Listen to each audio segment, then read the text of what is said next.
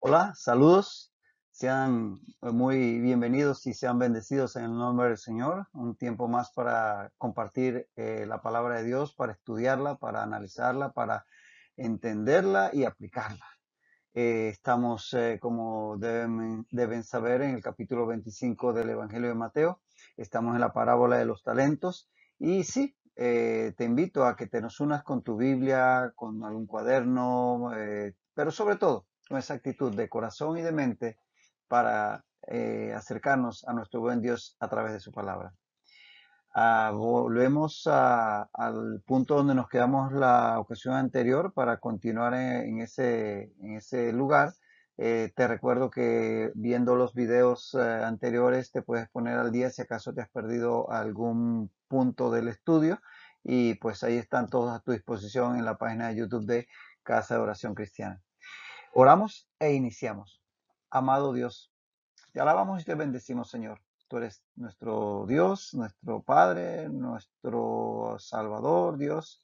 Y en esta hora venimos a ti nuevamente para pedirte tu ayuda, para comprenderte más y más a través de tu palabra.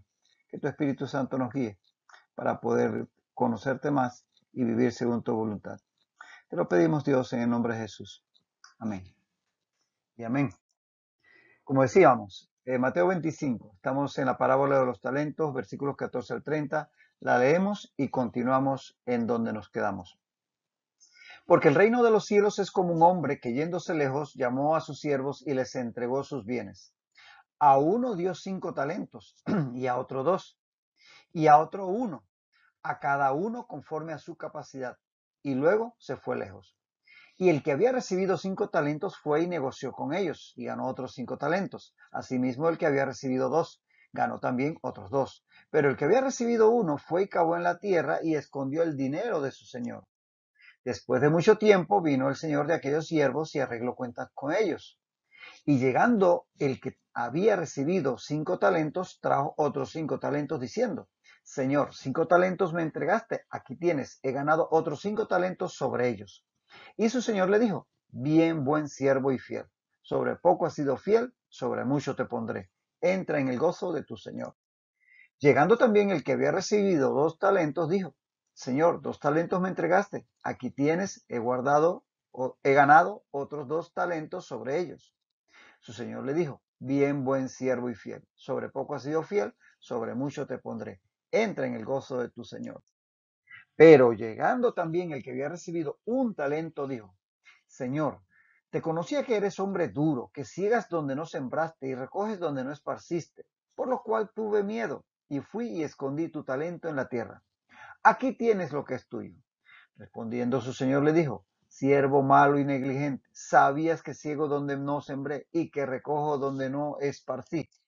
Por tanto, debías haber dado mi dinero a los banqueros, y al venir yo hubiera recibido lo que es mío con los intereses.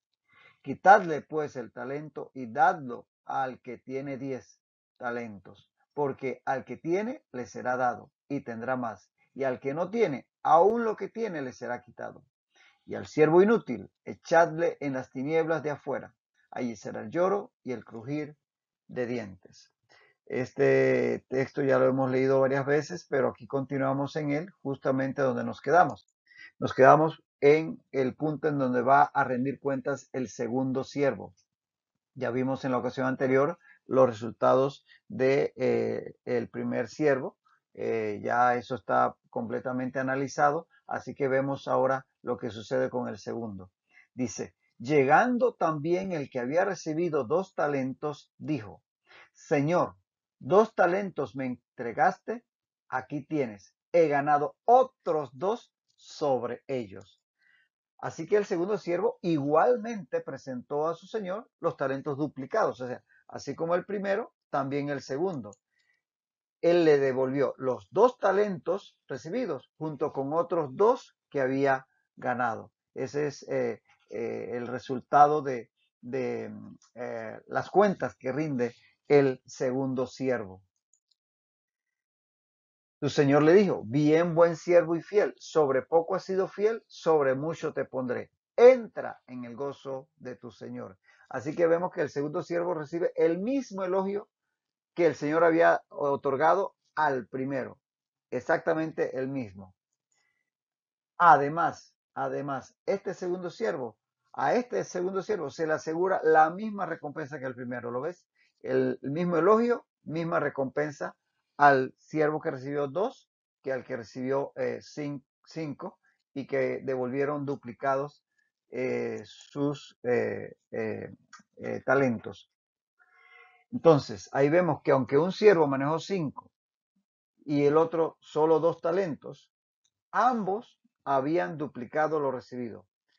Y si tú duplicas una cantidad, eso representa un 100% de ganancia. O sea que ambos presentaron 100% de ganancia. Si tú tienes $10, $10 es tu 100%. Entonces, si tú logras $20 al final, es decir, que duplicaste esos $10, eso significa un 100% de ganancia. Si tú tenías $10 y presentas $5, eso es la mitad de 10, es 5, 10 más 5, 15, presentas $5, es un 50% de ganancia. Matemática simple. Aquí vemos que 5 talentos que tenía el primer siervo por 2, o sea, 2 veces 5, o sea, el 100% lo duplicó. Ese otro 5 es el 100% de ganancia. 5 por 2, 10, que fue lo que él presentó. Eso significa 100% de ganancia. El segundo siervo recibió 2 talentos, también los duplicó, es decir, trajo 4, eso también representa 100% de ganancia. Como tú ves, aunque originalmente partieron de cantidades menores, al final presentaron la misma ganancia, 100%. O sea, duplicaron lo que recibieron. Es decir, dieron un 100% de ganancia a su señor. Entonces, aquí vemos que ambos demostraron que hicieron su mejor esfuerzo, según la capacidad de cada uno. No se te olvide que, como dijimos al principio, el Señor les repartió según la capacidad.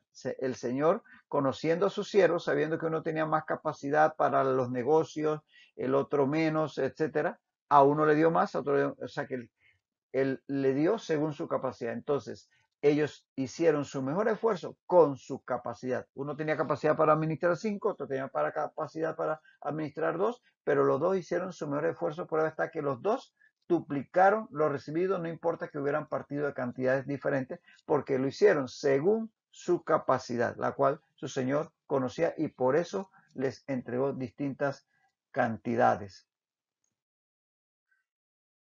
Y el Señor le dijo, bien, buen siervo y fiel, sobre poco has sido fiel, sobre mucho te pondré. Entra en el gozo de tu Señor. Como decíamos, recibe el mismo elogio, la misma recompensa.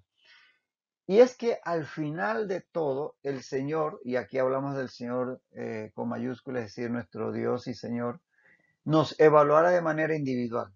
Es decir, no nos evaluará por cuánto hicimos, no, nos valorará, no, él no nos exigirá lo que no nos ha dado, sino que nos evaluará de acuerdo a los dones y talentos que nos haya dado. A unos les dio más, a otros dio menos, según la capacidad y la forma en que Él nos hizo. De tal manera que Él va a evaluarnos según nuestra capacidad individual. Lucas 12:48 Lucas dice en el 12:48, porque a todo aquel a quien se haya dado mucho, mucho se le demandará, y al que mucho se le haya confiado, más se le pedirá. Es decir, a quien Dios le haya dado más dones, más talentos, más capacidades, más va a esperar de él que produzca para la obra de Dios en los distintos ámbitos. No tiene que ser un pastor, puede ser en tu vida diaria, como ciudadano, como padre de familia, como profesional. Es decir, que esos talentos que Dios te da sirvan para dar testimonio de que hay un Dios que te está guiando, que te ha prosperado, que te ha guiado y que tú puedas testificar de Él, así sea con tus actos, pero sobre todo con darle a Él la gloria en todo lo que haces. Es decir, que todo lo que Él nos ha dado lo pongamos a producir para el reino de una u otra manera, ya sea a nivel secular o a nivel ministerial. Él nos va a pedir cuentas de lo que nos ha dado, no de lo que no nos ha dado. Por eso al que le dio 5 y le devolvió 5, bien. Es lo que otro nada más le dio 2, le devolvió 2 de ganancia, bien.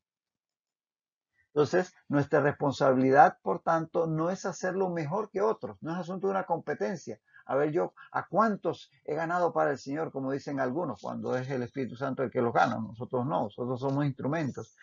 Yo he estado tantos años en el ministerio. Pero ¿cuánto es lo que has producido para el Señor? En fin, no es hacerlo mejor que otro, no es una competencia, sino es hacer nuestro mejor esfuerzo con las capacidades que el Señor nos ha dado. Si el Señor me dio capacidad para esto, que yo haga esto y no menos. Pero si Dios me dio capacidad para esto, que me esfuerce por llegar eh, a esa capacidad que Dios me ha dado. Entonces, como vemos, Dios nos va a evaluar de forma individual cuando lleguemos ante Él. Y recordar que también esta parábola está enfocándose a la segunda venida y lo que va a ser el encuentro del Señor con el remanente de Israel cuando Él venga después de la tribulación. La iglesia ya habrá sido arrebatada 7 años antes, pero lo estamos aplicando tanto para la iglesia en el momento de que lleguemos ante Él al tribunal de Cristo, pero primariamente la parábola tiene que ver con la evaluación que cada miembro de ese remanente de Israel tendrá que rendir delante del Señor en su segunda venida, pero aplica en ambos ámbitos. Ahora dice, pero llegando también, vamos con el tercer siervo, pero llegando también el que había recibido un talento, dijo, Señor, te conocía que eres hombre duro, que ciegas donde no sembraste y recoges donde no esparciste. Mira cómo comienza este siervo a esa labor de rendir cuentas. Le toca a él rendir cuentas del un talento que él había recibido. Recuerda que el Señor les dio a cada uno según su capacidad. Si el Señor le dio a este siervo un talento, obviamente él conociéndolo sabía que podía rendir menos, ya sabía que era ahí quizás un poquito más lento que los otros. Pero si le dio un talento fue porque él sabía que él tenía la capacidad de hacer algo con ese talento. O sea, no era que tenía capacidad cero.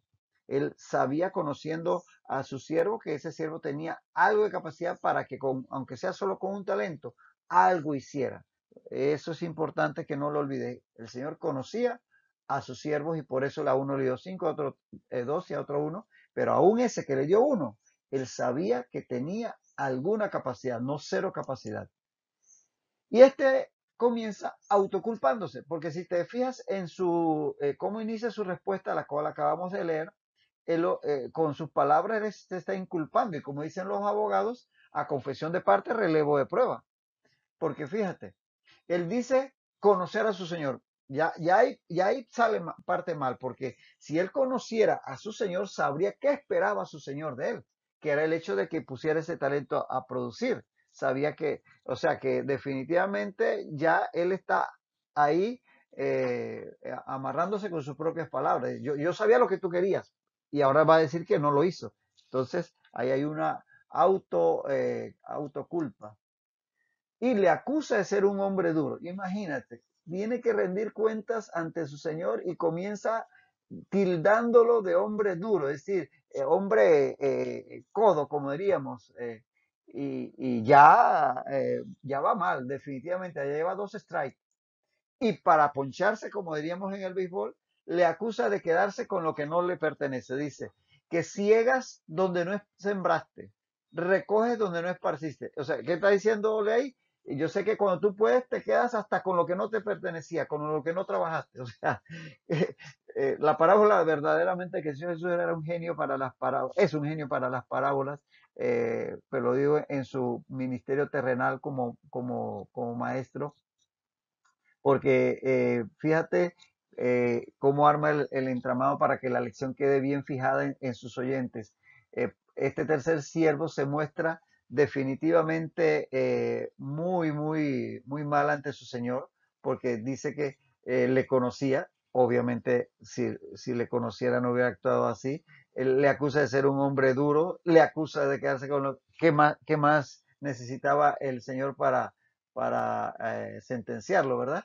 Es como como un acusado que llega al tribunal y le dice al juez, sí señor, yo sé que usted es un mal juez, mire, y sé que usted quería que yo no me robara aquello, pero como ya va mal de salida.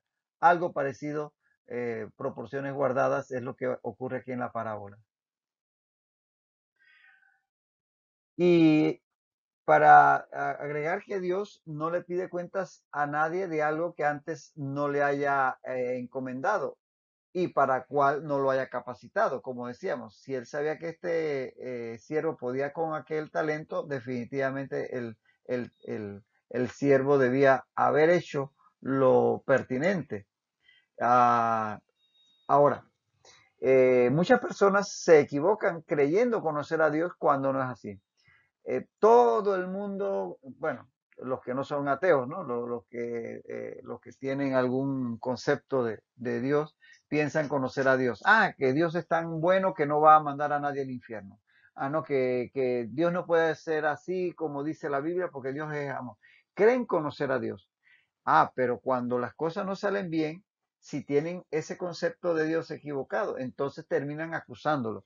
Eso es lo que termina pasando. Debido a que no conocen a Dios, estas personas le acusan erróneamente de su enfermedad, de su tragedia emocional, de sus pérdidas económicas, de por qué me hiciste así. Porque no conocen a Dios. Creen conocerlo, pero en realidad como este siervo que dice conocer a su Señor, pero si lo conocieran, caminarían en otra dirección, harían las cosas de distinta manera. Para empezar, se pondrían a cuentas con Él y harían su voluntad. Pero tristemente, mucha parte de la humanidad no conoce a Dios y es la causa de que haya tanta tragedia humana en el mundo. Y Dios quiere ser conocido y se ha manifestado, está expuesto en la palabra de Dios.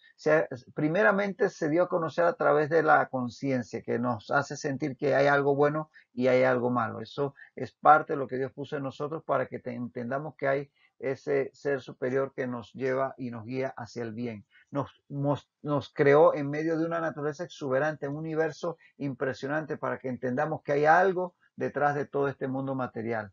Hay un diseñador detrás de tanto diseño. Luego nos envió su palabra, donde se reveló a través de los profetas, a través de todos los escritores desde el Antiguo y luego Nuevo Testamento, y finalmente se reveló en carne humana en Cristo Jesús. Entonces, Él se ha dado a conocer. Que no lo querramos ver es otra cosa, pero precisamente por no conocerle, hay tanta gente enojada con Dios porque aunque no creen en Él, terminan acusándole de todos los males. Por tanto, dice el siervo, tuve miedo y fui y escondí tu talento en la tierra y aquí tienes lo que es tuyo. O sea, después que le ha soltado todos estos argumentos de autoculpa, entonces dice lo que hizo. Tuvo miedo y eso lo motivó a esconder el talento, enterrándolo. Y entonces dice, aquí tienes lo que es tuyo. Definitivamente que este siervo estaba fuera de orden. Ese es un siervo negligente. Y aquí lo llamativo, lo aleccionador es que él se dejó guiar por el temor y no por el amor de su Señor. ¿Te das cuenta? Tuve miedo. Esa fue la motivación que le llevó a actuar de una manera. Él actuó por temor, por miedo. Y él confiesa su desobediencia afirmando que en lugar de hacer lo que el Señor les había dicho, que administraran estos talentos que le estaba entregando, lo cual implicaba el hecho de que negociaran con ellos para multiplicarlo y darle rendimientos a su Señor, él confiesa que desobedeció a la orden primaria de su Señor, afirmando que enterró el talento en lugar de invertirlo como se esperaba que hiciera. Entonces, ahí está, primero, mostrando una motivación equivocada y segundo, confesando que actuó desobedientemente precisamente por esa motivación que es el temor y hizo lo que el Señor no quería. Y, incluso pareciera, por la forma en que se expresa, pareciera creer que está cumpliendo con su señora al devolverle el talento original. Aquí tienes lo que es tuyo, como quien dice, mira, mira qué buen siervo soy, que te devuelvo lo que te pertenece. ¡Wow! Como para que lo aplaudieran. Definitivamente que el ejemplo del tercer siervo es muy gráfico. casi hiperbólico de lo que no debe ser, de lo que no debe ser un siervo del Señor. No debemos ser guiados por el temor, no debemos desobedecer al Señor, no debemos estar pretendiendo darle nosotros a Él de algo que en realidad Él nos dio a nosotros, queriendo nosotros querernos ver como los que somos, los que hemos logrado tal y cual cosa. De tal manera que los malos ejemplos también nos sirven de ejemplo. Ejemplo para no hacer lo incorrecto, no hacer lo malo. Y es que quien conoce a Dios, cuando llegamos a conocer a Dios en realidad, sobre todo aquellos que hemos entregado nuestra vida a Él a través de la fe en el sacrificio de Cristo Jesús, y Él viene a morar en nosotros por el Espíritu Santo y comenzamos poco a poco, en la medida que tenemos comunión con Él a través de la oración, de la palabra, de hacer su voluntad, de congregarnos, de buscar de Él cada día el consejo. Quien conoce a Dios llega a servirle, pero por amor, no por temor. Es como cuando tú tienes una novia, un novio o ya una esposa, un esposo o incluso tus hijos, tú no lo haces porque te pagan para eso, el amarles, el expresarles darles un regalito en su cumpleaños, hacer un gesto amable, proveerles, cuidarles, protegerles. Tú no lo haces porque te paguen para eso, lo haces por amor. Te motiva un sentimiento que, vaya, no se puede eh, cuantificar, no se puede pesar, no se puede medir, no se puede describir. Es una motivación que viene de adentro, de hacer el bien a esa persona porque le ama. Igual el Señor, no lo hacemos por temor, no le servimos, como dijo este siervo malo, que por temor, la motivación que lo llevó a actuar de una manera equivocada fue el temor.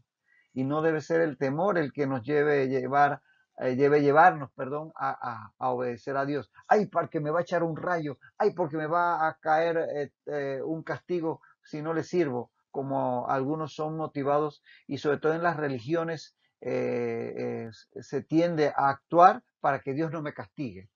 Y en realidad actuamos por amor. Dice Primera de Juan 4, 18 al 19. Primera de Juan 4, 18 al 19. En el amor no hay temor, sino que el perfecto amor echa fuera el temor, porque el temor lleva en sí castigo, de donde el que teme no ha sido perfeccionado en el amor. Nosotros le amamos a Él, es decir, a Dios, nosotros les amamos a Él porque Él nos amó primero. ¿Lo ves? El hecho de que actuemos consono a la voluntad de Dios porque le amamos. ¿Y por qué le amamos? Porque Él nos amó primero. Y eso nos motiva a amarle, porque ha hecho tanto por nosotros. Habiendo nosotros fallado, pudo habernos dejado a la deriva y no hizo eso, sino que se entregó a sí mismo para redimirnos de todos nuestros pecados y poder restaurar nuestra relación con Él. Definitivamente que es el amor la principal motivación para servir a Dios. No lo hacemos por obligación, por temor, sino por amor.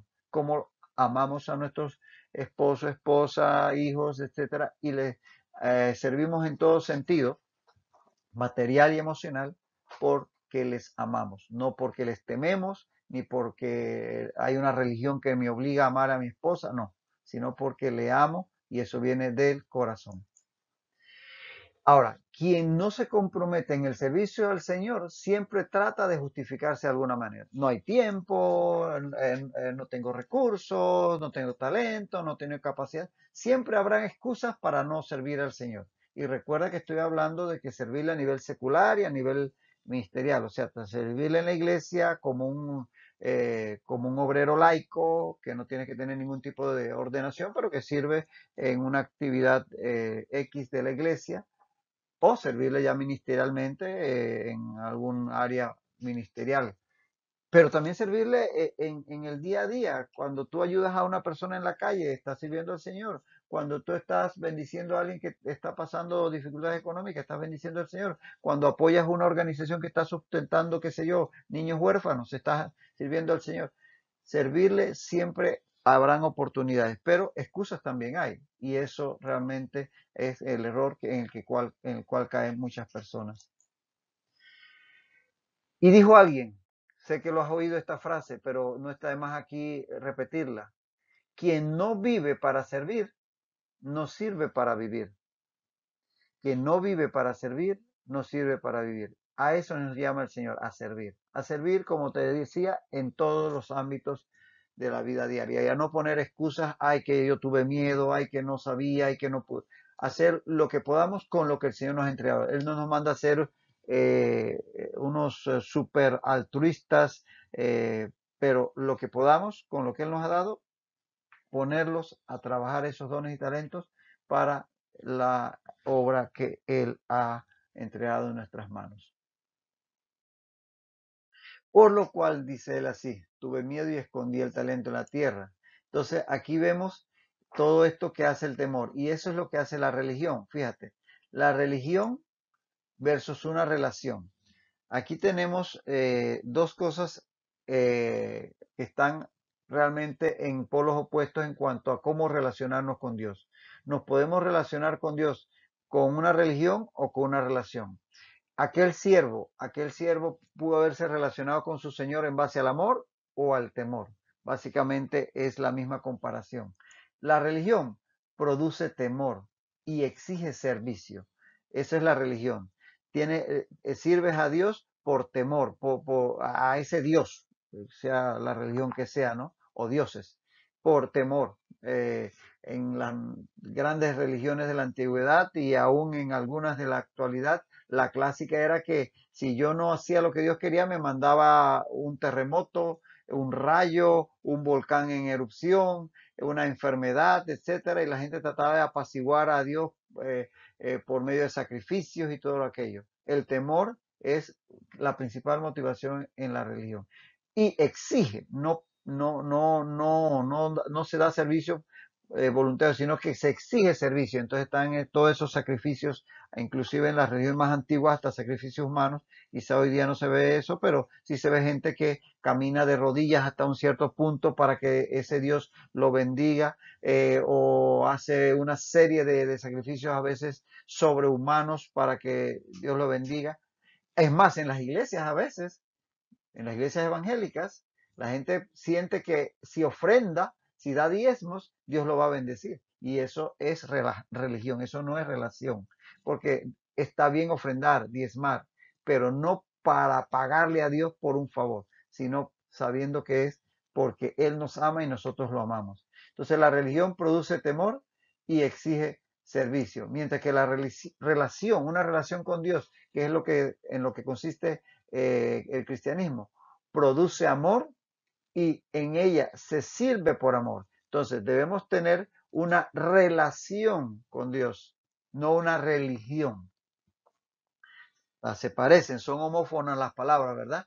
Pero claramente una produce temor, la otra produce amor. Una exige servicio y en la otra se sirve por amor y gratitud. Servimos a Dios por amor a Él y por gratitud por lo que Él ha hecho por nosotros, no por temor. De ahí que dice 2 Corintios 5, 14 al 15. 2 15, perdón, 2 Corintios 5, 14 al 15 dice, el amor de Cristo nos constriñe, es decir, nos impulsa, nos presiona a hacer algo. El amor de Cristo nos constriñe. Pensando esto, que si uno murió por todos, luego todos murieron. Y por todos murió, para que los que viven ya no vivan para sí, sino para aquel que murió y resucitó por ellos. Es decir, sabiendo que Él dio su vida por nosotros, que hizo el más grande sacrificio, eso nos impulsa, esa es la palabra, el verbo que traduce Reina Valera 60, constriñe, nos presiona de tal manera que nos hace nacer, ese sentimiento es como cuando tú presionas la naranja y eso hace que salga el jugo, hace que de nosotros brote ese amor hacia Él y al final nos hace que no vivamos para nosotros, sino para Él que murió por nosotros. Ese es el concepto de una relación con Jesucristo, que es como se debe basar realmente nuestro cristianismo, en una relación motivada por el amor, sobre todo porque Él nos amó primero y hizo lo más grande, dio su vida por nosotros. Ese es el punto central del cristianismo y a ese tipo de relación nos llama el Señor. En este ejemplo de la parábola de los talentos tenemos el lazo contrario en el tercer siervo. Nosotros no debemos ser como él, debemos ser como los dos primeros. Vamos a continuar en este punto en la próxima sesión, porque el tiempo termina, y te animo a que medites sobre estas palabras que hemos estudiado hoy en la Biblia, para que podamos cada día caminar más en el amor de Dios. Hasta ese entonces, que el Señor te bendiga.